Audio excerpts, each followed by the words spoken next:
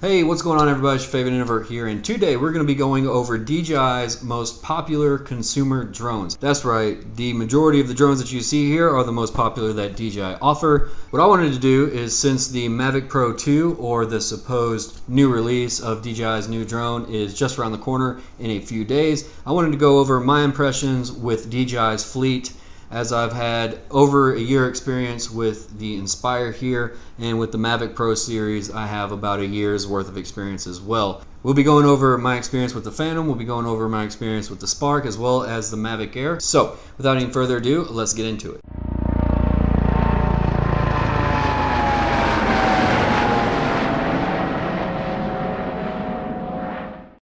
Starting with the Spark. It was released May 24th, 2017, and I purchased it June 13th, 2017.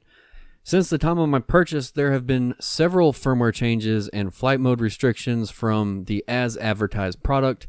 Though other features have been introduced in its place, the appeal of the Spark, at least for me, quickly faded. The DJI Spark was purchased for my daughter so we could go out and fly, but as with any kid her age, she quickly lost interest and moved on to other toys. The Spark has a 12 megapixel camera capable of 1080p HD video that to this day everyone still questions, why not 4K? As for flight time and battery life, the DJI Spark can fly roughly 12 minutes, although it was advertised for 16 in perfect conditions. This could be an issue, but for most people they just purchase a few spare batteries and all is well. Overall, the Spark did a great job of being affordable enough to bring more people into the hobby, but the largest complaint I have seen and heard are the unexplained flyaways. Now, whether this was because of user error or faulty equipment is unknown. All I know is, in my experience, I have not experienced anything close to a disconnect or flyaway. The DJI Mavic Air, released January 28th of 2018, purchased February 23rd, the Mavic Air can fly for 21 minutes, has a 3-axis gimbal, almost complete obstacle avoidance coverage, and can fit in the palm of your hand. The Mavic Air is super easy to travel with and can still shoot 4K footage with its 12 megapixel camera. It can even produce 32 megapixel panoramas along with other unique shots. In my opinion, the Mavic Air is what the Spark should have been, and the Mavic Air should have been called the Spark 2 or Spark Pro. DJI really pushed the limit with the terrain sense and avoid feature that ties into the obstacle avoidance, and it really works well. Except for tree limbs and branches. Watch out for those. Moving on to the Mavic Pro. Still to this day, it is my most enjoyable drone I've had the opportunity to fly and own. It is stable in flight and locks into whatever position you put it in. The DJI Mavic Pro comes equipped with a 12 megapixel camera that is capable of shooting 4K videos at 24 frames per second, all while being mounted to a 3-axis gimbal. It is capable of 96 frames per second when shooting in 1080p and a bitrate of 60 megabits per second. The Mavic Pro has a 27-minute flight time and can fly up to 40 miles per hour in sport mode and is highly maneuverable. If there was one platform DJI decides to throw all of its technology in, I hope it's the Mavic Pro line. The DJI Phantom 4 Pro, or Phantom line in general, the most recognizable and sold drone in the market to date.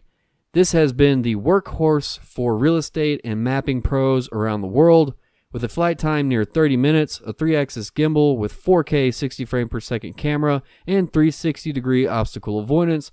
Almost the perfect drone. Almost. The sensor on the Phantom is great until low-light situations, then the noise starts to creep in. This can be corrected in still photography by using AEB and allow the stops to fill the noise, and then correct the rest in post. But for video, it's pretty difficult to fix. The only other issue I have experienced with the Phantom is every once in a while the gimbal will randomly wander off track or pan. Now to the king, the Inspire 2 with X5S Micro Four Thirds camera system. Is it the best cinematic camera on the market today? No, but for the price, you can do some pretty amazing things with it. The Inspire comes with some interesting flight modes, which I consider just bells and whistles. To be honest, only the real feature I use is Spotlight Pro mode. That's a great mode to use. The benefit of using the Inspire with the X5S is the ability to swap lenses. No other camera system can do that except the newly released X7 Super 35 system. The Inspire has collision avoidance all around and for the most part is stable. It does wander a little bit, but mostly stays in place. The top speed of 58 miles per hour in sport mode, and the ability to have multiple operators for pilot and camera, and the ability to upgrade to 5.2K ProRes and Cinema DNG codecs. Even with all these awesome perks, there are still some complaints. DJI still pushes faulty firmware updates that, unless you're on top of it, will leave you stranded in the field or left wasting time and battery downgrading. With as much as the Inspire costs, I wish that it was as locked into a hover as the Mavic Pro is.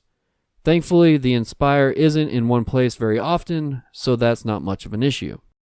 That's going to wrap it up for this video. I hope you're as excited of the new DJI drone release as I am. I know I'm going to be tuned in watching the presentation live. I hope you do too. I'm going to heavily consider buying this new drone as I'm a big fan of the Mavic Pro, and if in fact the Mavic Pro 2 is coming out and it has some of the features the Mavic Air does and then some, including that 1-inch sensor that we're all interested in seeing, or the zoom camera.